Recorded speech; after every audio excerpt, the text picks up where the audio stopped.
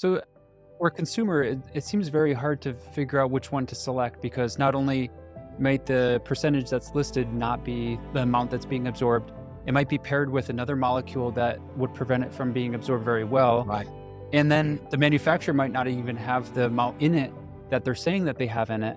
That's So, correct. given all of this confusion, how does one navigate that? The best way I tell people is So, welcome to the Future of Psychiatry podcast, where we explore novel technology and new innovations in mental health. I'm your host, Dr. Bassi, an addiction physician and biomedical engineer.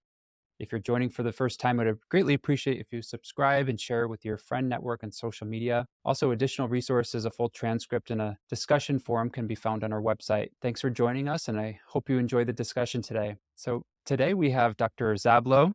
He is a nutritional psychiatrist. He moved to San Diego in 1982, started a practice in adult, child, and forensic psychiatry, and supervised fellows in child and adolescent psychiatry as an assistant professor at UCSD Medical School for 30 years and received 2 teaching awards.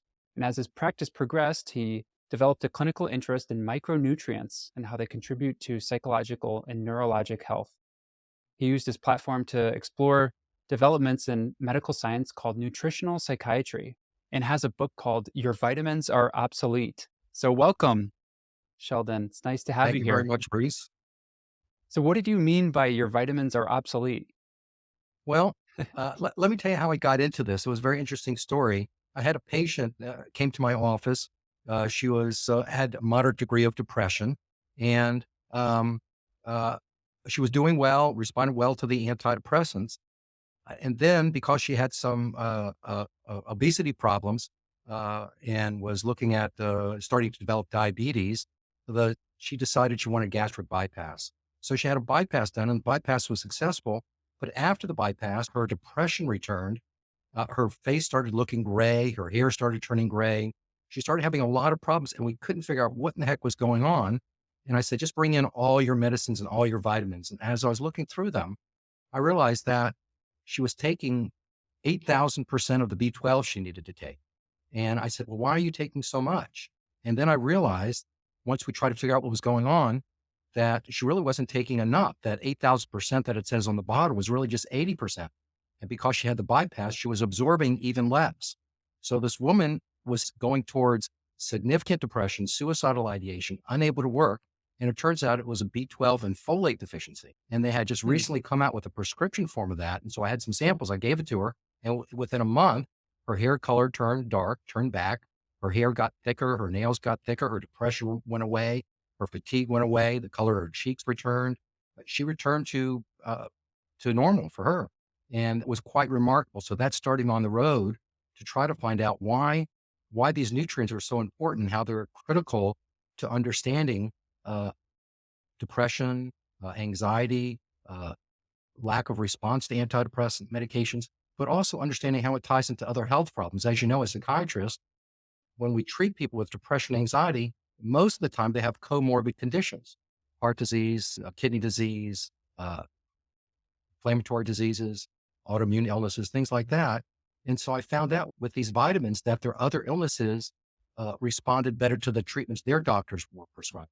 So it got me interested in the nutritional overlay, the importance of these these essential B vitamin nutrients as a foundation for mental and physical health. Very nice. So, you started on this journey because obviously, I think as a psychiatrist, you probably realized we had some deficits in our baseline set of learning from medical school and even residency when it comes to nutrients and psychiatry. Exactly. And one of the 2 things, before I forget, is 2 basic foundations of all of medicine that we were taught and is still in the Merck manual. If you go online, 2 things. One is that the body stores 3 years worth of B12. Okay. Do you remember having heard that before? Absolutely. Yeah, I do. Okay. So what Mhm. happened was this. So I was trying to find out about that. And I communicated with Dr. Coons, who wrote the textbook on vitamins. And he said, yeah, it stores it.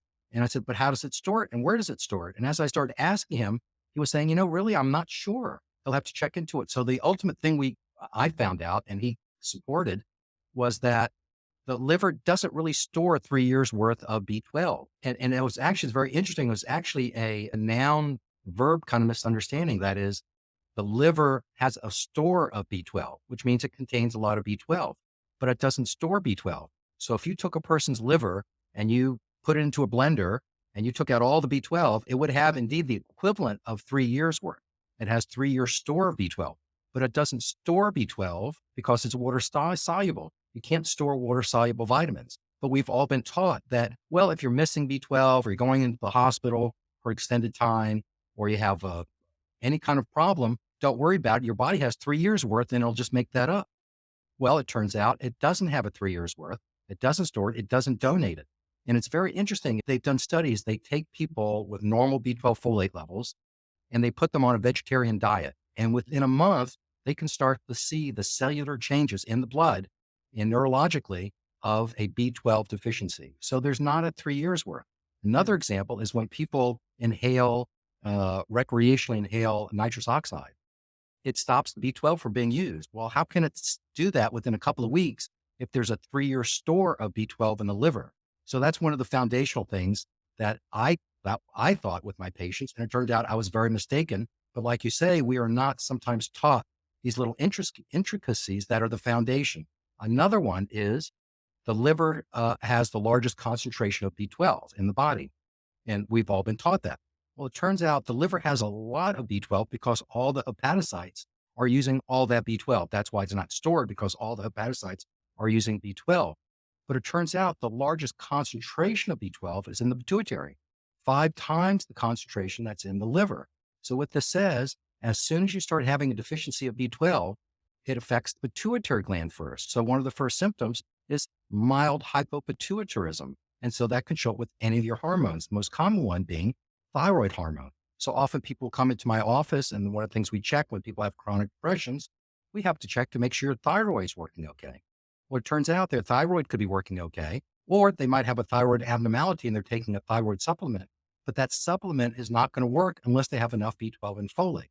Another example, people come in and they have osteoporosis or concerns about brittle bone, and their doctors put them on a vitamin D and vitamin C and a lot of calcium. But unless they have B12 and folate, the treatment for the osteoporosis won't work. So this is, again, a foundational thing about B12 and folate. You need B12 and folate for all the other things to work. Another example is ATP production. So ATP, of course, is the energy molecule of the cell. Well, B12 and folate are required for the manufacture of ATP. So if you don't have enough B12 and folate, what happens is the first thing you have is cellular fatigue, which turns into whole body fatigue. So, and then I have one more thing, because these things are popping into my mind, so I want to make sure I mention them. Another thing we're mistaught in American medicine, we're taught below, I forget, it's some kind of millimoles or something like that, below 200, we're diagnosing people with B12 deficiency. Okay. And the reason for that is below 200 on our lab scales, that's when the megaloblastic anemia shows up. That's when you can look at a cell and say, oh, we have anemia and it's due to B12. Well, it turns out deficiency actually starts once you get below 500. Once you get below 500, that's when the nerve cell damage starts to take place. Mm-hmm. So if doctors are waiting on their lab test to get below 200 to diagnose a B12 deficiency, they've already missed many, many months of nerve damage already occurring before it shows up on the lab test. It's interesting. In Japan, they use 500, below 500 as their clinical definition of B12 deficiency, where in the United States, we go down all the way down to below 200 for deficiency. So these are all the things that I thought was my foundation for medicine and practicing psychiatric medicine. And it turns out I was mistaken. So I had to relearn this by reading this textbook, every single page of this textbook, and reading all these other texts to find out what is really going on here. And why did my patient have the problems, the gastric bypass patient, and why did she respond the way she responded? Mm-hmm. Yeah, I wonder why Australia uses an even lower threshold or cutoff. I think it has to do with the anemia, but it's not good clinical care is the Mm-hmm. nicest way I could put it. Yeah, absolutely. So, B12 folate really highly correlated with depression when those are in deficiencies. That's right. And what might lead you down a path of, say you have an average individual, they're not a vegan. How would you know whether or not you should test for B12 folate levels in their body if Well, they just present with depression, an otherwise healthy individual without any neuropathies? that's a whole nother can of worms. And the reality is B12 testing is very inconsistent between labs, and the results you get don't really tell you a whole bunch. So let's look at folate first. If I ask for a folate test, what they're going to do is they're going to tell me the blood level of folic acid. Well, that's not what the body uses. Folic acid is the synthetic vitamin, and L-Methylfolate is the vitamer. Are you familiar with the term vitamer? I am after having read your book, but maybe the audience isn't. Okay. So vitamers are the different forms of each vitamin. So you can have synthetic forms like folic acid and the natural form like L-methylfolate. So what happens if you order blood tests of folate, they're going to give you folic acid in the blood, but that doesn't tell you if there's enough folate, L-methylfolate in the blood cells. So the more accurate test, it's called a red blood cell folate level. And that would tell you if you have enough. And for B12, you could order B12, but you don't know what kind of B12 they're actually measuring and what kind of system they use and how consistent that is to what else is going on. So what I tell people is it's better to look at other things. And one of the other things, two other things we look at are homocysteine. So homocysteine is a cellular waste byproduct of cell metabolism, and it builds up. B12 and folate metabolize this toxin into a non-toxic byproduct that's used by the cells. Okay. So some people have an increase in homocysteine, and that tells me whatever their B12 test or the folic acid test is telling me, if their homocysteine's up, they needed to be treated with B12 and folate. And the other one along those lines is called MMA, methylmalonic acid. But going back to homocysteine is very interesting, is that increases of homocysteine, I encourage people to put homocysteine in any illness in their browsers, be it dementia, heart disease, autoimmune illness. Homocysteine is a factor in all those things. So one of the ways homocysteine shows up is women will come in, they're depressed, they're anxious, they're having a difficult time. And I ask them what medicines you're taking, and they're saying, oh, I'm taking birth control pills, or they're a little older, I'm taking hormone replacement therapy. Well, if they're taking those medications block the conversion of the synthetic folic acid into the natural L-methylfolate. And when that's blocked, their homocysteine goes up. So their homocysteine goes up. When their homocysteine goes up, two things occur. One is they have inflammation of their endothelial cells, all the cells lining their blood vessels. And for some reason, the homocysteine increases the thickness of the blood.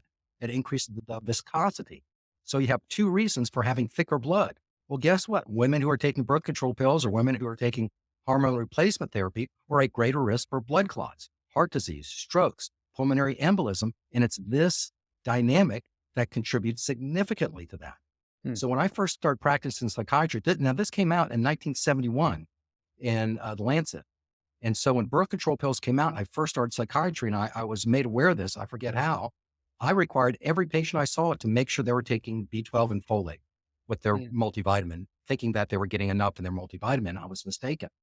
So I knew that this homocysteine was going to be a challenge for them. So I wanted to make sure they were taking that. And then after I started doing this nutritional psychiatry exploration, I made sure they got the bioactive forms, L-methylfolate, the bioactive forms, methylcobalamin, to make sure they have that to keep their homocysteine down.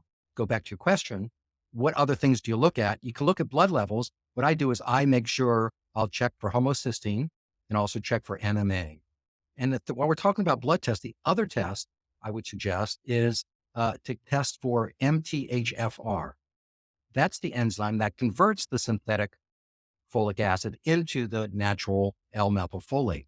And about a third of people have inefficiency in the MTHFR enzyme, to the extent that they might have an increased level of homocysteine due to this genetic abnormality. Well, I will tell you that when my little granddaughter grows up and she eventually gets married and wants to have a child, I will know her MTHFR status. And I think every woman who goes into an obstetrician's office should have an MTHFR, because they are being prescribed prenatal vitamins.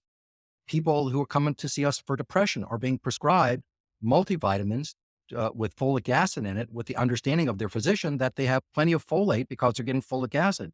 Well, if 30% of people have an MTHFR deficiency and they can't convert the artificial folic acid into the natural folic acid, if a pregnant woman has this, now she's at risk for postpartum depression, preeclampsia, gestational diabetes, and her unborn child is at risk for premature birth, cleft palates, birth defects, all those things that go along with folate deficiencies. So there's a high public health intervention that needs to be made, just as we require blood types for pregnant women. We should require MTHFR determinations for every woman who wants to get pregnant. Hmm. So I was reading your book outside about all of the benefits of B12 and folate, and I quickly realized that there are so many benefits. It's a no-brainer to take That's more. what, that's So I what, ran that's into what made me have to write the book. Was yeah, wishing, oh, please, somebody else write the book. Please write it. I don't want to have to do that. But nobody was doing it. So that's what I did. I ran inside and I grabbed some B12 and folate and checked out the bottle, and it said that it has vitamin C in it. And I remember reading just a few pages earlier that vitamin C and iron impair the absorption of B12. Why do you? Exactly. So what I say is the supplements are poorly made. They're poorly dosed. So if you take B12 and vitamin C and iron and you mix them in a mixer, which is what they do when they're producing it, Mhm. those three substances will form a macromolecule. That is a large molecule that can't cross from the intestines into the bloodstream. It can't cross the barrier there because it's so big, that molecule is so big. So you think you're getting it, but you're not getting it.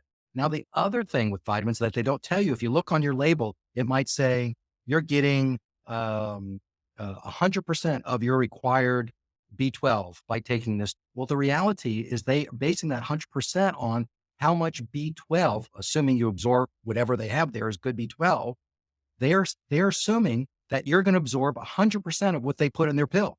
Mhm. The reality is the body can only absorb 1% of B12 in the tablet. So while my patient's label said she was taking 8,000% of the B12, 1% of that is 80%. She wasn't taking 8,000, she was getting 80%. So every day she took her pill, she was taking less and less of what she needed. Now, the reason is B12 from a supplement is only absorbed by passive diffusion. B12 in food is absorbed by an active transport system. As you know, it's a very complicated, intricate, and an amazing system. It starts as soon as the protein enters your mouth, your body starts making a cascade of different carriers to carry that B12 from your mouth into your stomach. Another protein is made, intrinsic factor that carries it that's made in your stomach that goes with the food and in your intestine. That intrinsic factor grabs the B12 so it can go into the bloodstream. Once it's in the bloodstream, there's another transporter protein that grabs it to transport it to the cell. So all these steps need to go on, but the first step is getting it into the blood. And the labels are misleading people by having you think if you take 100%, you're getting 100%. They're telling what's in the tablet and not what you're absorbing. And physicians, I didn't know that. Other physicians don't know that. People aren't told that your label is misleading you. Mhm. So going back to what you're saying about combining them. So therefore, when I tell people to take these natural substances, be it the ones they can get at Costco or the ones they get online, the natural methylcobalamin and the natural L-Methylfolate, what I tell them, it's critical to take it by themselves. So I tell my patients, take it twice a day, in the morning and at nighttime. Okay. Yeah, you'll take a little bit more than you need, but your body's only going to use so much. It only stays in your blood system about 6 to 8 hours. Your body will grab whatever it can, but whatever it doesn't grab, it's going to be peed away. Mhm. So if you take it twice a day on an empty stomach, you're not going to have other vitamins, juice, something, vitamin C and juice. You're not going to have other foods interfering with the absorption. And that's the best way to do it. B12 folate by itself twice a day. Interesting. Yeah, that's really good advice. I really appreciate that. Well, let me mention some other things that B12, it's critical for B12 to do what it does in the nervous system. So the different ways, if you don't get enough B12 and folate, it's going to affect the practice of psychiatry because the cells aren't going to be working well. So as I mentioned before, B12 and folate are required for the manufacture of neurotransmitters. So if you don't have enough B12 and folate, you're not going to make enough neurotransmitters. Your patients are going to be antidepressant non-responsive. They're going to have treatment-resistant depression, okay? So that's one thing. But another interesting thing that I didn't know is that when your body doesn't have enough B12 and folate, you develop this anemia, this megaloblastic anemia. Well, what goes along with the abnormal red blood cells are a lot of premature platelet production. A lot of premature platelets are being made. And what premature platelets make is they make MAO. So you Mhm. have this B12 and folate deficiency. that's causing a massive spike in MAO. And as we know, MAOs break down neurotransmitters. So you have two reasons for having a neurotransmitter deficiency by having B12 and folate deficiencies. The other thing B12 and folate does is it maintains the myelin coating of the nerves. Without B12 and folate, that's why the nerve damage starts way before the anemia starts, because the myelin coat on the neuron starts to break down. And it also interferes with the production of neurites. Well, I didn't know what neurites was until I started reading this stuff. So it's the little axons and the dendrites. Those two things are called neurites. So the thing we're learning in the future of psychiatry is, well, it's not so much about neurotransmitters. It's about connectivity of the cells, and antidepressants help the connectivity of the cells. Well, it's chicken or the egg. They actually do both, but connectivity is very important. If you don't have enough B12 and folate, your connectivity drops way off. And that's another reason you'll have a treatment-resistant depression. Mm-hmm. So for a consumer, it seems very hard to figure out which one to select, because not only might the percentage that's listed not be the amount that's being absorbed, it might be paired with another molecule that would prevent it from being absorbed very well. Right, right. And then the manufacturer might not even have the amount in it that they're saying that they have in it. That's So correct. given all of this confusion, how does one navigate that? The best way I tell people is go to Consumer Lab. It's one word with a capital L. So one word, capital L, Consumer Lab. And they do the testing on all these things, and I would follow their recommendations. So what happens is, as opposed to maybe some other testing centers, they get requests to test vitamins. And what they do is they go to the store and buy the vitamins off the shelf. They don't want the manufacturer sending them a select box of their vitamins. So they go to the store, they buy the vitamins in the store, they take it to the lab, and they independently test it. So that's a remarkable group. The government should be doing that. Of course, the government should. The government should be doing a lot of things to help people and make health easier for people, but they're not.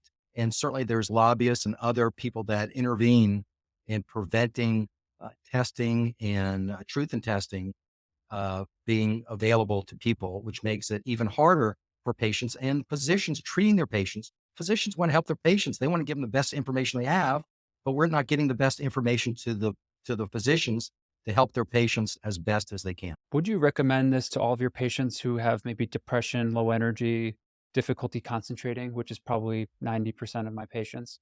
Every single one. So let's say somebody might have a genetic abnormality, or they might have predisposition. So for instance, they could be taking other medications that interfere with it. I recommend this to all my patients because if I don't know about, it's hard for me to order an MTHFR and order a homocysteine and an MMA and make sure I get all those and get those back and get them back in time and see the patient again. But what I do know is if I make sure that through a prescription or a recommendation that they start taking this B12 and folate, that's the insurance. That is, I don't have to worry about their MTHFR. Whether they have it or not, I know they're getting the kind that is going to, as soon as they take it within 15 minutes, it's going to go into every cell in their body. This is another thing people don't realize is that folic acid and cyanocobalamin don't cross the blood-brain barrier. If you get the natural forms, it goes across into the blood-brain barrier within 15 minutes because it's water soluble. Every cell is getting it and every cell is going to respond.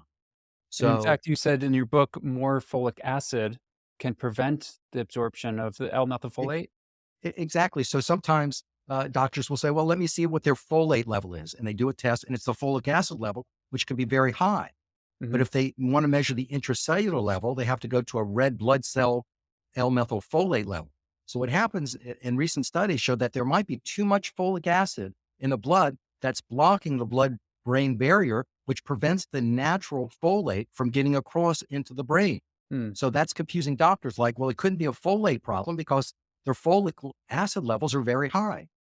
But we don't know. The only way we would really, really know what's going on in the central nervous system is take a little CSF fluid. Maybe take a little brain biopsy and look at those cells, but nobody's going to be doing that in outpatient psychiatry. So we get around that by just giving them the real stuff.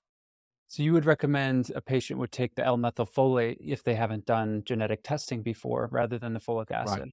Exactly. Still get the testing anyway. I think it would be important, but it sidesteps all those concerns. So let's talk about some of the reasons that people have a B12 and folate deficiency, for instance. One of the interesting things that I was not aware of, but it's very important, is an increase in BMI, an increase in weight. Excess adipose tissue absorbs folate and just pulls it in. So you could have somebody who thinks healthy and has enough folate, but they don't because of their obesity. So one of the studies I read, and once you have this understanding, you can filter studies in ways you never were aware of. So at my office, at my apartment, in my mailbox, I got this journal from the Journal of Burn Therapy. Okay. And it was a physician had lived in my apartment before I did. And guess it was an old subscription. So I'm looking at the table of contents. And one of the questions in this research study is, why do obese women have greater difficulty, or obese people in general have a greater difficulty in wound healing from burns? And they were asking the question. Nobody had the answer. Well, I had the answer. It's because they had low folate. If you have excess tissue that's absorbing the folate, you can have decreased wound healing, because you can have epithelial inflammation due to the higher homocysteine. Hmm. So you'll find connections where you never thought there could possibly be connections between poor wound healing and obesity. And what about with age? And with age, very interesting. So what happens with the age is a couple of things. With age, your brain shrinks. And a lot of people don't know that. Oh, yeah, it really does? Yes, it shrinks. But B12 and folate, those who have higher B12 and folate levels have a lower rate of shrinkage. Another thing that happens with age is your liver actually shrinks. I was talking to a physician about this, and he's treating a lot of older people. He had no idea that the liver shrank up to 50% in older people. Well, that means less metabolism by the liver, less conversion of synthetic vitamins into natural vitamins. All the different functions that the liver does to cleanse and promote health in an individual decreases with age because the liver is smaller, which means people are more susceptible to external stresses, lack of protein, lack of nutrients, pollution, alcohol, excess weight, prescribed medications. All those things can affect people more with age. Cognitive decline. Put in B12 and folate deficiency and cognitive decline and dementia, and you'll see that there's a lot of B12 and folate deficiency in people. Now, what are reasons older people have B12 and folate deficiencies? Part of it is when their livers are small, their stomachs also stop producing enough acid. It's not the same amount of acid. So they can eat a great piece of steak when they're 70 years old. But if your stomach doesn't make the acid to break down the proteins to take out the B12, you're not going to get enough B12. So that's what happens also. And then there's instances of what I call voluntary and involuntary veganism. Voluntary vegans are the ones that choose to eat non-meat diets for a wide variety of reasons, and good for them, except their health is not so good because they're not getting enough of the natural B12 and folate. You can't get that from a vegan diet. And the other category, the involuntary vegans, are those people who are on limited income, or they live in rural areas, or they live in urban areas that they don't have access to fresh meat, fresh seafood, fresh vegetables. And those are what I call involuntary vegans. And physicians need to be aware in their assumptions that involuntary vegans, they're not getting enough protein, they're not getting enough nutrients, they're not getting enough vitamins in their food that we all assumed they were and could get. So that's another important way to. Now, the intervention, the cost of getting a good form of B12, enough of it, and a good form of folate is only a couple of dollars a day. It's not that much. And that intervention could save a ton of money on healthcare costs and morbidity for patients. So it sounds like you're very well versed in B12 folate. And what about vitamin D? Can I get your take on that? Vitamin D is a little bit more confusing. I'm not so much as an expert in that. It's really critical. What I tell people about vitamin D, take the supplements, take it as directed, make sure you take it as directed with plenty of fluids and all that kind of stuff. But the best source of vitamin D is the sun. That gives you the right kind that your body is already made to get. So what I tell my patients is, as soon as you find a sunny day, go out in the sun and lift your shirt up so you get sun on your back. People don't like to get sun on their face because, of course, they're concerned about skin damage and precancerous lesions and things like that. People don't realize this is very interesting, that using the sun to make vitamin D is photosynthesis. We always think of photosynthesis like in plants, but it's really photosynthesis. You're taking the sun to synthesize a vitamin. Well, get that vitamin D on your back as often as you can. 15 minutes. Yeah. In a good sun, a couple times a week. And I think that's the best dose. Otherwise, you have to take supplements, take good supplements, make sure you take the way it's supposed to be taken. So let's talk about intermittent fasting real quick. I feel like Okay. that's a very popular topic. I've never been Yes. able to intermittently fast. I love breakfast. My hunger pains get the best of me in the morning. But you mentioned that even when you consume the same amount of calories, if it's confined to an 8-hour window, especially in animal models, It actually reduces aging and helps people um, basically utilize energy more efficiently to be using fat stores instead. It does a lot of things. One of the interesting things it does, it changes the microbiome, the bacteria of your intestinal system. It changes the balance. If you're having food coming in, let's say you're having food coming in 16 hours a day, well, you're overfeeding your microbiome in your gut. And therefore, the bad bacteria are outpacing the good bacteria because they have so much food.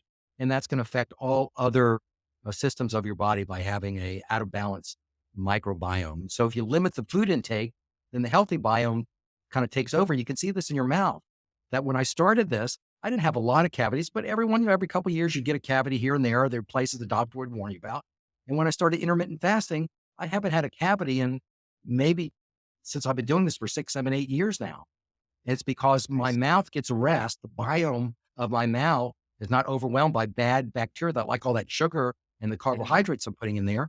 And my mouth health, and therefore my gut health, is so much better. So intermittent fasting. So what's good about it is it's a more, if you want to say, natural way for your body to kind of take in food. If you think of us in our caveman days, we weren't sitting around eating all day long. We'd have little snacks now and then, but there was the big hunt. You go out, you'd hunt, you'd eat the food, you'd come back and you'd stay safe and warm in your cave. We weren't snacking all the time, but our systems still think we're in in the savannah, still think we're in the mountains someplace, and we got to be nervous every time we don't have food. And I keep having to remind myself when I do my intermittent fasting that the refrigerator is just a few feet away. I'm not going to starve. So I have to make sure I don't get in this argument with my body. My body says, watch out, you're going to starve here. And I'm trying to tell it intellectually, no, the refrigerator's right there. I can get something anytime I want. I swear I'm not going to let you starve. So you have this discussion all the time. It's hard to start intermittent fasting because we've been trained to have that a little bit in the morning. So what I tell people is just start there's no rush in this. You don't have to do it within a week or a month or even a year. Just do it little by little. So delay your first intake. If you're used to having something at 9 o'clock, delay it till 9:30. Delay it every day by half an hour. Then 10 o'clock. Your body's making all these hormones to get ready to process the sugar coming in that comes in every day at 9 o'clock. Mm-hmm. Well, if it doesn't come there, your body gets the hormones get a little out of balance. And so when it's 9:30, say, oh, okay. I tell people do it little by little by little and try to get it down to an 8-hour window. If 8 hours is 11 o'clock when you first have your breakfast, when you break fast with breakfast at 11 o'clock, then it's 7 o'clock. Okay. Yeah. That's your 8 hours. If you want to lose weight, you have to decrease your food intake time from 8 hours to 7.5 hours to 7 hours. Okay. If you're stable with your weight and you have the metabolism that can tolerate more of a swing, then you don't have to worry about, I can eat in an 8.5 hour window. I get all my calories in an 8.5 hour window. Going back to those studies you were referring to, what they did is they took mice. This was over here in San Diego at Scripps Research. They took some mice and they said, okay, we're going to take 2 groups of mice, exactly identical. We're going to give one group of mice their calories during 8 hours, all their calories during 8 hours. The other group of mice, same amount of calories, but we're going to spread it out over 24 hours. Those that consumed over 24 hours had an increased risk of autoimmune illnesses, diabetes, cancer, dementia, and all those are cardiovascular illnesses, all those different illnesses that are associated with getting older. The intermittent fasting mice that had healthier profiles and low instances of all those illnesses. They've replicated that to some human studies now, and the studies are very similar. Not everybody can do it. Some people are so sensitive to blood level drops when they get up in the morning. If you have a busy day and you have to get up in the morning and you have to concentrate all the way through till 12:30, intermittent fasting might not be the best thing for you. Mm-hmm. Okay. You might have to do it on weekends, or you might have to narrow your windows down in different ways. People that need peak concentrations, particularly at the beginning, are going to have a difficult time concentrating. Once you get used to it, you can tolerate the slow decrease in food from 9 o'clock to 10 o'clock to 11 o'clock. I started this and my wife started this. I was getting to 11:30, 12 o'clock without eating, and she couldn't go without a breakfast. And then slowly she started doing it. And she was complaining the whole time, but slowly she was creeping her time back. It took her a long time. And now she can go to 1 or 2 o'clock. And at 12:30, I'm bugging her. It's time for lunch. She says, I'm not ready. 1 o'clock, please, I got to eat. I'm dragging here. Let's get something to eat. And she says, okay, I have to talk her into it. And now she does it better than I do. Is it an all or nothing there with the intermittent fasting, or Not does at all. like a It's little bit it's of just creamer in your coffee, does that count as breaking your well, fast? it does not. The rule they say, and it's not a hard fast rule. The rules I've read is if you have less than 50 calories, less than 75 to 50 calories in the morning, so you have your coffee with a little creamer, whatever, that should not break the fast. So Okay. that's certainly okay for people. And coffee is so important for people. Not being a coffee drinker, I don't understand it, but my wife's a big coffee drinker and she's quite successful with her intermittent fasting and has a little creamer in her coffee every day and does very, very well. So Very nice. there's a lot of different reasons for having a B12 and folate, having reduction B12 and folate. A couple of those reasons are prescribed medications. So for instance, metformin prescribed to moderate blood sugars in diabetics. Well, your doctor's prescribing metformin for the diabetes, but the metformin's decreasing B12 and folate. We know diabetes causes peripheral neuropathy, and it does that because it interferes with the myelin formation at the very, very end of toes. Well, your doctor is giving you something for diabetes that's going to make the peripheral neuropathy worse. Mm, Without realizing you're already probably low in B12 and folate because you're diabetic and you have increased adipose tissue, and your doctor is giving you something that's making it even worse. Though it's controlling your blood sugar, your nerves are getting worse. So mm, what I say to doctors, what I say to every patient that's taking metformin, being treated for diabetes, you need enough B12 and folate. Other things I've mentioned, hormone replacement therapy, birth control pills. The other big one is GERD treatment medication. So mhm, H2s and PPIs, they also block B12 and folate. So let's say a woman comes into your psychiatric practice, 50 years old, she's on hormone replacement therapy. She's taking, she's a little bit overweight, she's taking metformin. She smokes a little bit, drinks a little bit, and she has all these factors going on. Well, she has a lot of different reasons, and she's taking PPI because she has like a little bit of reflux. With all these things going on, she has 3, 4, 5, 6 reasons for having a B12 and folate deficiency. And then her doctors wonder why she's uh, has a resistant depression. The doctors wonder why she's depressed and her weight's up. Doctors wonder why she's not responding to treatments for her autoimmune illness. So sometimes all these factors, it's not one factor that's going to cause it, but all these factors are going to add on each other. And you can have a patient in your office that is just not having a chance at all of using B12 and folate properly, even if they get the right kind, because they're having all these different things, these prescribed medications that are interfering with their ability to metabolize and use B12 and folate. So, so the important thing is getting methylcobalamin and L-Methylfolate. And where can you get it? Costco has a great basic methylcobalamin. The L-Methylfolate, you have to go to more specialty stores, go online. But again, I would go to Consumer Lab and find out which ones they recommend because what they say in their pill is not often what's in the pill. And Consumer Lab is a straight shooter and it calls it as it is. interesting. So, Yeah. And I was surprised to see some NSAIDs too. You mentioned in your book, right, ibuprofen and naproxen also affect right, B12. So right, I, exactly. Insights. Yeah, I that's true. probably could have thought of certain times that I took an NSAID, around the time of a meal and probably just totally wiped out the B12 that I could have gotten from Right. that meal. Exactly. Yeah. Right. That's So it's interesting. interesting. It makes you think. You'll see.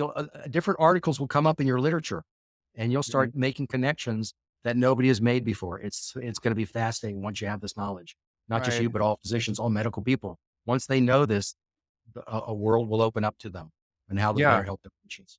And you made me start to think about in more depth some of the psychiatric medications that need to be taken with food. Right. And after Googling it and researching it, there was also Effexor and Vibrid should be taken with food. And I don't necessarily always counsel my patients on that with those two. And Right. it seems like, say somebody decided that they wanted to start intermittent fasting, they were taking Effexor in the morning, Right. and they suddenly have headaches and they're more depressed and anxious, and they have no idea why. Right. Yeah. Intermittent fasting is very tough if you take the medicines twice a day and it should be taken with food. So what Mhm. I would do is I'd say, well, it should be taken twice a day. Does it have to take it in the morning? Maybe it could be taken at lunchtime and later. So it doesn't have to be in the morning. Maybe you could delay to your first Right. intake at noon, something like that. But that it gets tricky. And as you know, that's one of the challenging things and interesting things about psychiatry is every patient that walks in the door is different. And they have their own unique world and circumstances that contribute to the picture that they're presenting with coming into your office. Mm. So each person needs a kind of a unique program for them that works with their health, their diet, their environment, their family. Yeah, online, I know of a drug-drug interaction checker, but do you know of any interaction checker for absorption of medications with supplements in the body? I don't. I can't Which think of one that you pops should to start mind. one. Yeah, there you go. Be your next phase of this project. That's right. That'll be in my second edition. Because, I mean, there's just so many tables, and you can't keep track of the acidity, Yeah, the food itself, whether there's a calcium or other cations that right, chelate right. the It, substance.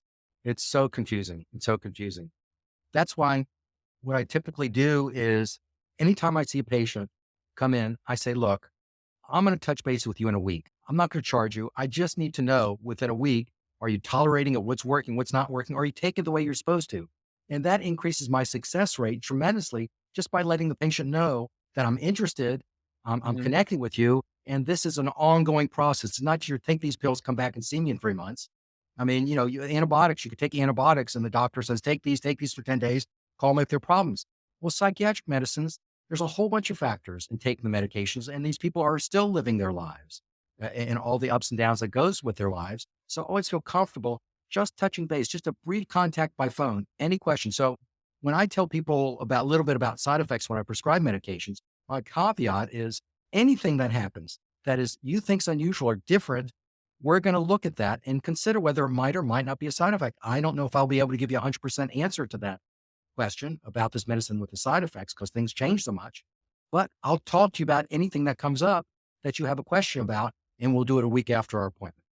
Mhm. I have a smaller practice, so not everybody has the luxury and their different clinical settings with university settings and busy practices to do that. But if you let patients know that if something's different happening, then you don't have to go through the list of every single possible side effect with the medication. Just let them know. I will talk to you about anything you consider a side effect. That's And awesome. that helps both of us. It lowers my anxiety. My You anxiety's up, it's not a good thing.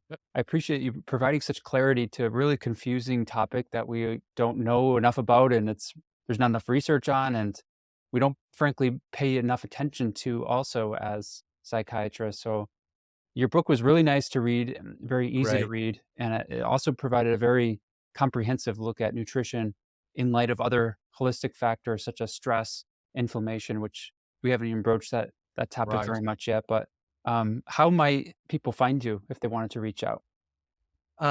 When my book came out, I was open to all these questions, and then people were asking me all these clinical questions, Clinical and my questions. anxiety went up because I wanted to give them the best answer That's possible. And then I started getting a dialogue with people about different. Well, I tried this and it didn't work. I tried that, and I didn't want to answer a few questions to not answer them. If people have questions, I will give you my address. They can write me.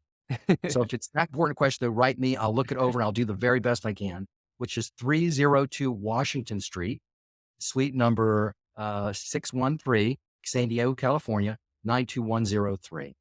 Um, very nice. Or they can just photocopy a page in your book, bring it to their primary care doctor, and say, "Hey, what do you think about these recommendations?" and have a dialogue, and maybe even teach them something. exactly right. I think that would be the way to do it. Yeah. So Awesome. Well, thank you for your time. I appreciate you being thank on you, the show to Bruce. It's been talk a to me pleasure. and talk to the audience too. If people direct questions to you and you think, well, that's a really good question that we didn't have a chance to cover, certainly send it off to me and I'll give you an answer, anything you'd like. Absolutely. Are you working on book number 2, perhaps? Well, there might be a Uh, follow-up to this. I'm looking at different things. So a wide variety of interests. There's a lot of things. One is on longevity Ah, and how the level of vitamins in your system could give you an indication of how much longer you have to live. And that's an interesting topic. very, very good topic. Yeah. I'm sure that we could tie that into a lot of current research and current startups in that industry as well. Yeah. So maybe we'll Yeah. have to have you back on in a year from now, talk about that That's topic. right. I will tell you further research in that area. It's really fascinating. The vitamin levels change. So very quickly, I'll say this. We know that when you're dead, all your cells are dead and all of them stop reproducing. We know when you're born, all your cells are reproducing except some cells like brain cells and things like that. Okay. So we know the end point and the beginning point. And there's a certain period of time in which the production and the senescence, the death of the cells are occurring at the same rate. And that's through most of our lives. Well, at some point, the death rate increases more than the production rate. Okay. We know the end point. Well, it's when that process starts, when the cell death rate is greater than the production rate and the end, but there's a point in there in which the level of nutrients in your body is telling you where on that line you are. You Mm. follow what I'm saying? Yeah, And that's what I'm exploring now. that's awesome. So it keeps you busy, I'm sure. Yeah, interesting stuff. The nature of science and psychiatry. It's always changing, always learning. It's great, the best. Well, thank you for being on the show. Thank you, Bruce. Pleasure.